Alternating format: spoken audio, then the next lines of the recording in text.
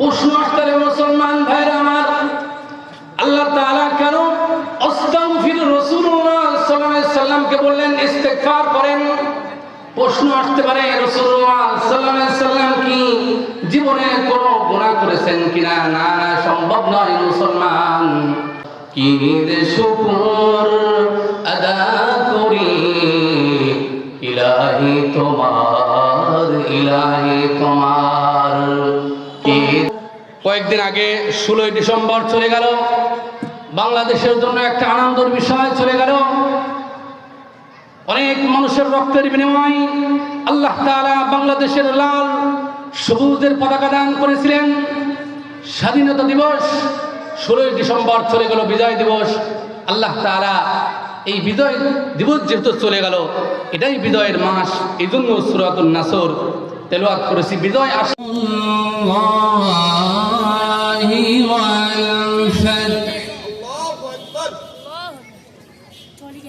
ورأيت الناس يدخلون في دين الله।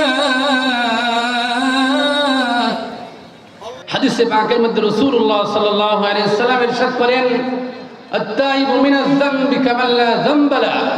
গুনাহ থেকে তওবাকারী ব্যক্তি ওই ব্যক্তির ন্যায় যেই ব্যক্তির নাকি কোনো গুনাহ নাই। সুবহানাল্লাহি ওয়া বিহামদিহি। সূরার নামকরণ করা হয়েছে সূরার শুরুতে, যেহেতু নাসর শব্দটা আছে, ইদা জাআ নাসরুল্লাহ, এই হিসাবে সূরাটার নাম করা হয়েছে সূরাতুন নাসর। আর নাসর অর্থ হলো আন-নাসরু, সাহায্য করা। যেহেতু কয়েকদিন আগে 16ই ডিসেম্বর চলে গেল, বাংলাদেশের জন্য একটা আনন্দের বিষয় চলে গেল। অনেক মানুষের রক্তের বিনিময়ে আল্লাহ তাআলা বাংলাদেশের লাল সবুজের পতাকা দান করেছিলেন। স্বাধীনতা দিবস 16ই ডিসেম্বর চলে গেল, বিজয় দিবস। আল্লাহ তাআলা এই বিজয় দিবস যেহেতু চলে গেল, এটাই বিজয়ের মাস, এই জন্য সূরাতুন নাসর তেলাওয়াত করেছি। বিজয় আসলে একজন মানুষ ব্যক্তিগতভাবে কি করতে পারে, পারিবারিকভাবে যদি বিজয় আসে, সামাজিকভাবে যদি বিজয় আসে, অথবা রাষ্ট্রীয়ভাবে যদি বিজয় আসে, সারা পৃথিবীর মানুষের যদি বিজয় এসে যায়, তাহলে তারা কি করবে সেটা আল্লাহ তাআলা এই সূরাতে এবং হাদিসে পাকের মধ্যে সুন্দরভাবে জানিয়ে দিয়েছেন। সুবহানাল্লাহি ওয়া বিহামদিহি। আল্লাহ রাব্বুল আলামিন বলেন, ইযা জাআ নাসরুল্লাহি ওয়াল ফাতহ, যখন আসবে আল্লাহ তাআলার সাহায্য এবং বিজয়।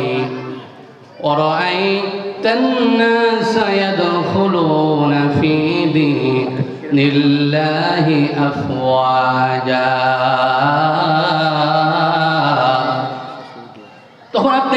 তখন আপনি মানুষকে দলে দলে ইসলামে প্রবেশ করতে দেখবেন। ফাসাব্বিহ বিহামদি রাব্বিকা ওয়াস্তাগফির, সুতরাং আপনি আপনার পালনকর্তার প্রশংসা সহ তাসবিহ পাঠ করুন এবং ইস্তিগফার করুন, ক্ষমা প্রার্থনা করুন। ইন্নাহু কানা তাওয়াবা, নিশ্চয় তিনি তওবা কবুলকারী, ক্ষমাশীল। এই সূরা এবং আয়াত থেকে আমরা 5টা বিষয় শিক্ষা করতে পারি।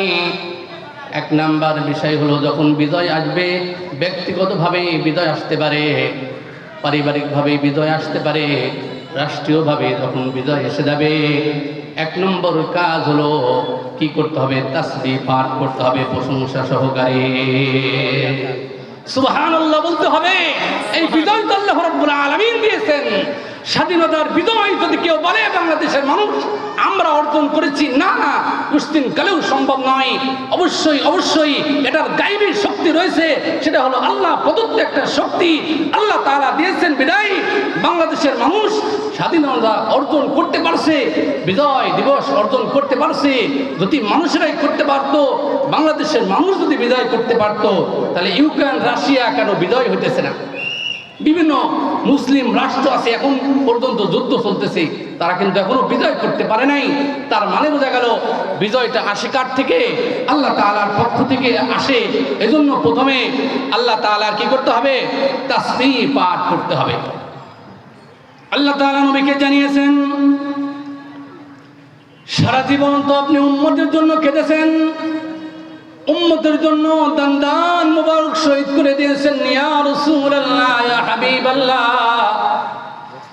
সারা জীবন আপনি উম্মতের জন্য কেঁদেছেন। আল্লাহ তাআলা বিশেষ করে নবীকে কি করছেন? আদেশ করছেন, ফাসাব্বিহ বিহামদি রাব্বিকা ওয়াস্তাগফির।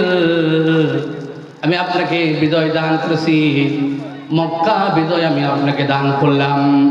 অথচ এমন দিন হয়েছে, এমন অবস্থা হয়েছে, মক্কায় তো আপনার জন্মস্থান, আপনি মক্কাতে জন্মগ্রহণ করেছেন ইয়া রাসূলুল্লাহ, ইয়া হাবিবাল্লাহ, অথচ মক্কার মানুষগুলো আপনাকে মক্কাতে থাকতে দেয় নাই। রাসূলুল্লাহ সাল্লাল্লাহু আলাইহি সাল্লাম মক্কা থেকে যখন মদিনাতে হিজরত করেন, বারবার এই মক্কার ভূমির মাটিটা হাতে নেন আর বারবার কান্নাকাটি করেন, মক্কার মানুষ আমার জন্মস্থান মক্কা, আমাকে আল্লাহ তাআলা আদেশ দিয়েছেন, আল্লাহ তাআলার আদেশ যদি না হইতো আমি মক্কা থেকে মদিনাতে হিজরত করতাম না। রাসূলুল্লাহ সাল্লাল্লাহু আলাইহি সাল্লাম মক্কার দিকে বারবার তাকাচ্ছেন আর বার কান্নাকাটি করতেছেন। আল্লাহ তাআলার আদেশ যদি না হইতো তাহলে আমি কি করতাম না? মদিনাতে হিজরত করতাম না। সুবহানাল্লাহ। তাহলে বিজয় যদি কোনো ব্যক্তির আসে, ব্যক্তিগতভাবে হতে পারে, পারিবারিকভাবে হতে পারে, রাষ্ট্রীয়ভাবে যদি বিজয় আসে, 1 নম্বর কাজ হলো কি করতে হবে? তাসবিহ পাঠ করতে হবে। 2 নম্বর কাজ হলো প্রশংসা করতে হবে। আল্লাহ তাআলা নবীকে সেমনটি জানিয়েছেন, ফাসাব্বিহ বিহামদি রাব্বিকা ওয়াস্তাগফির। আপনি আপনার পালনকর্তার তাসবিহ পাঠ করেন প্রশংসা সহকারে, আস্তাগফির। এবং 3 নম্বর কাজ হবে, মুসলমান ভাইরা আমার, মুসলমান মা ও বোনেরা আমার, 3 নম্বর কাজ হবে ইস্তেগফার করা, ক্ষমা প্রার্থনা করা।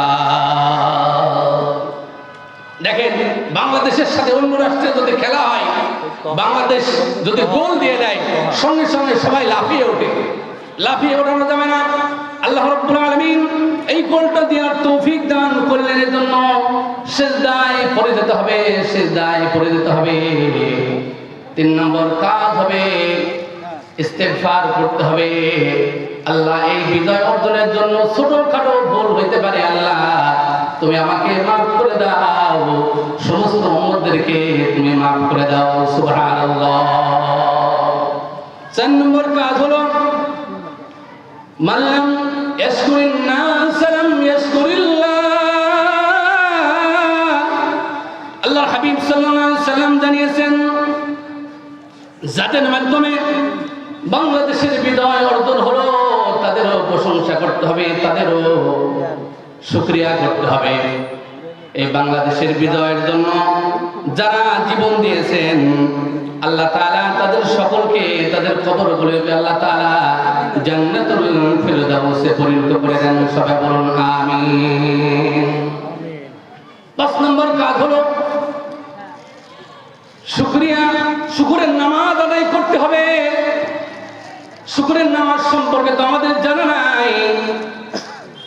অজু যদি থেকে যায়, আপনার সুসংবাদ এসেছে, বিজয় আল্লাহ তাআলা দান করেছে, সঙ্গে সঙ্গে আপনি সিজদাতে চলে যাবেন, সিজদাতে তাসবিহ পাঠ করবেন, সুবহানা রাব্বিয়াল আ'লা,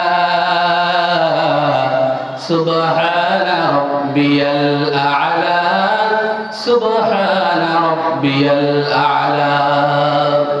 কি যে শুকর আদা করি ইলাহি তোমার, ইলাহি তোমার, কি যে তারিফ আদা করি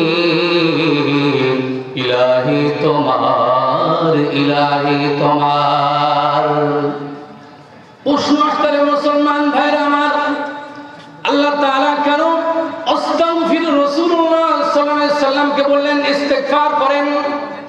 প্রশ্ন আসতে পারে, রাসূলুল্লাহ সাল্লাল্লাহু আলাইহি সাল্লাম কি জীবনে কোনো গুনাহ করেছেন কিনা? না, না, সম্ভব নয় মুসলমান। নবীরা নিঃসন্দেহে মাসুম, নবীরা কখনো গুনাহ করেন নাই। তবে নবীদের ভুল হইতে পারে, ভুল হওয়াটাই স্বাভাবিক, অনিচ্ছাকৃতভাবে ভুল হইতে পারে। যেমন নাকি আমার নবী জনাবে মুহাম্মদুর রাসূলুল্লাহ সাল্লাল্লাহু আলাইহি সাল্লাম একদিন আসরের নামাজ আদায় করলেন, 2 রাকাত নামাজ আদায় করে দিলেন। সাহাবারা সাহস পাইতেছেন না, জিজ্ঞেস করবেন সেই সাহস নাই। একজন সাহাবী, তার হাত লম্বা, সাহাবী বলতেছেন, ইয়া রাসূলুল্লাহ, ইয়া হাবিবাল্লাহ, আজকে কি নামাজ কসর হয়েছে কিনা? 2 রাকাত নামাজ আপনি আদায় করেছেন।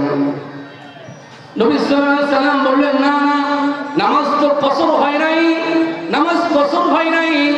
এরপরে নবী আবার পুনরায় 4 রাকাত আসরের নামাজ পড়ায় দিলেন।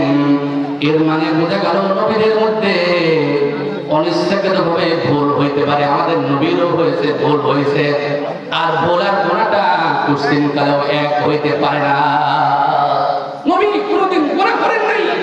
আরেকটা অর্থ হইতে পারে, মুফাসসিরিনে কেরাম বলেন, আল্লাহ তাআলা আপনাকে এত মর্যাদা দান করবেন, এত ইজ্জত দান করবেন, মাকামে মাহমুদ দান করবেন। মুসলমান ভাইরা আমার, আল্লাহ নবী সাল্লাল্লাহু আলাইহি সাল্লাম বলেন, আমি প্রশংসা সূচক বাক্য সিজদায় পড়ে এত প্রশংসা সূচক বাক্য করব, সেটা আমার দুনিয়াতে মনে আসছে না। আসরের দিন আমি প্রশংসা সূচক বাক্য যখন বলবো, আল্লাহ তাআলা বলবেন, ইয়া রাসূলুল্লাহ, ইয়া হাবিবাল্লাহ, ইরফা রাসাকা, আপনি আপনার মাথা উঠান, আপনি সুপারিশ করেন। আপনি যার ব্যাপারে সুপারিশ করবেন, সেই সুপারিশটা আজকে কবুল করা হবে, সেই সুপারিশটা কিন্তু গ্রহণ করা হবে। সুবহানাল্লাহ। তাহলে আল্লাহ তাআলা বিভিন্ন সময় কিন্তু আমাদেরকে বিজয় দেন। শুধু দুঃখই আমাদের জীবনে আসে এমনটি কিন্তু নয়, বিভিন্ন সময় আল্লাহ তাআলা আমাদেরকে বিজয় দিয়ে থাকেন। তাহলে বিজয় আল্লাহ তাআলা যদি দান করেন, ব্যক্তিগতভাবে, পারিবারিকভাবে, রাষ্ট্রীয়ভাবে বিজয় দান করলে আমাদের 1 নম্বর করণীয় হবে আল্লাহ তাআলার তাসবিহ পাঠ করা।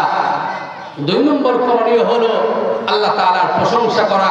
3 নম্বর করণীয় হলো ইস্তিগফার করা, ক্ষমা প্রার্থনা করা। ক্ষমা প্রার্থনা করলে মানুষ বিনয়ী হয়। আর যদি অহংকার করে, তাহলে অহংকার করলে এই বিজয় কিন্তু একদিন শেষ হয়ে যাবে। ইস্তিগফার যদি করে, আল্লাহ তাআলা এই বিজয়কে আশা করা যায় কিয়ামত পর্যন্ত আল্লাহ তাআলা অটুট রাখবেন, আল্লাহ তাআলা বহর রাখবেন। সুবহানাল্লাহি ওয়া বিহামদিহি। 4 নম্বর কাজ হবে মুসলমান ভাইরা আমার, যাদের মাধ্যমে বিজয় এসেছে তাদেরও শুকরিয়া আদায় করা। আর 5 নম্বর হলো শুকরের নামাজ আদায় করা। মুসা আলাইহিস সালাতু ওয়াস সালাম যেমন শুকরের নামাজ আদায় করেছিলেন, ফেরাউন এবং তার দলবল বাহিনী যখন মুসা আলাইহিস সালাতু ওয়াস সালামকে ধাওয়া করলেন, আল্লাহ রাব্বুল আলামিন মুসা আলাইহিস সালাতু ওয়াস সালামকে মুজিজা দান করেছিলেন। লাঠি জমিনে রাখার সাথে সাথে অজগর সাপ হয়ে যাইতেন, অথবা এই পানিতে রাখার সঙ্গে সঙ্গে গ্র্যান্ড টাক 12টা রাস্তা আল্লাহ রাব্বুল আলামিন সমুদ্রের মধ্যে করে দিলেন। সুবহানাল্লাহি ওয়া বিহামদিহি। এই জন্য মুসা আলাইহিস সালাতু ওয়াস সালাম শুকরিয়া তান রোজা রাখলেন। রাসূলুল্লাহ সাল্লাল্লাহু আলাইহি সাল্লাম বললেন, নাহনু আহাক্কু বিমুসা মিনকুম ফাসামাহু ওয়া আমারা বিসিয়ামিহি। মুসা আলাইহিস সালাতু ওয়াস সালামের অনুসারীদেরকে বললেন, মুসা আলাইহিস সালাতু ওয়াস সালামের অনুসারীদেরকে বললেন, মুসা আলাইহিস সালাতু ওয়াস সালামের অনুসরণ করার ব্যাপারে আমরাই তো বেশি হকদার, আমরাই বেশি অধিকারী। অতএব রাসূলুল্লাহ সাল্লাল্লাহু আলাইহি সাল্লাম নিজে রোজা রাখলেন, সাহাবাদেরকে রোজা রাখার আদেশ দিয়ে দিলেন। সুবহানাল্লাহ। এজন্য আমরা ইস্তিগফার করব। হাদিসে পাকের মধ্যে রাসূলুল্লাহ সাল্লাল্লাহু আলাইহি সাল্লাম বলেন, আত-তাইবু মিনাজ যামবি কামান লা যামবা লা, গুনাহ থেকে তওবাকারী ব্যক্তি ওই ব্যক্তির ন্যায় যার নাকি কোনো গুনাহ নাই। প্রতিদিনই কিন্তু জানাজা হইতেছে, প্রতিদিন মাইকে বলতেছে অমুক ব্যক্তি ইন্তেকাল করেছে, ইন্না লিল্লাহি ওয়া ইন্না ইলাইহি রাজিউন। আজকে আমাদের একটা আনন্দের বিষয়, আমাদের গোটা এলাকাবাসীর, গোটা ইউনিয়নের জন্য একটা সুসংবাদ, সেটা হলো আমাদের অনেকের আত্মীয় স্বজন কিন্তু এই জান্নাতুল বাকি কবরস্থানে রয়েছে। আমি তো মনে করি প্রত্যেকটা কবরস্থানের পাশে একটা করে হাফেজি মাদ্রাসা হওয়া দরকার। কারণ কোরআন তিলাওয়াত হইতেছে, আল্লাহ তাআলা ইচ্ছা করলে কোরআনের বরকতে কবরের আযাব মাফ করে দিয়ে কবরগুলোকে জান্নাতের বাগান বানিয়ে দেবেন। সুবহানাল্লাহ ওয়া বিহামদিহি। এজন্য সকলকে আমি উদাত্ত আহ্বান জানাবো, এলাকাবাসী মাইকিং হয়েছে, পোস্টারিং করা হয়েছে, আপনারা এদিক সেদিক আর ঘোরাফেরা না করে মা বোনদের জন্য মহিলা প্যান্ডেল করা হয়েছে পর্দা সহকারে, আপনারা সেখানে কোরআন এবং হাদিসের আলোচনা শুনবেন, হেদায়েত প্রাপ্ত হয়ে যাবেন, জান্নাতি মানুষ হয়ে যাবেন। এই তৌফিক আল্লাহ পাক আমাদের সকলকে দান করেন, আমিন। ওয়া আখির দাওয়ানা আলহামদুলিল্লাহি রাব্বিল আলামিন। আসসালামু আলাইকুম ওয়া রাহমাতুল্লাহি ওয়া বারাকাতুহু। মাশাআল্লাহ, মারহাবা। ধন্যবাদ হাফেজ মনিরুল ইসলামকে। সম্মানিত মুসলিমিনা,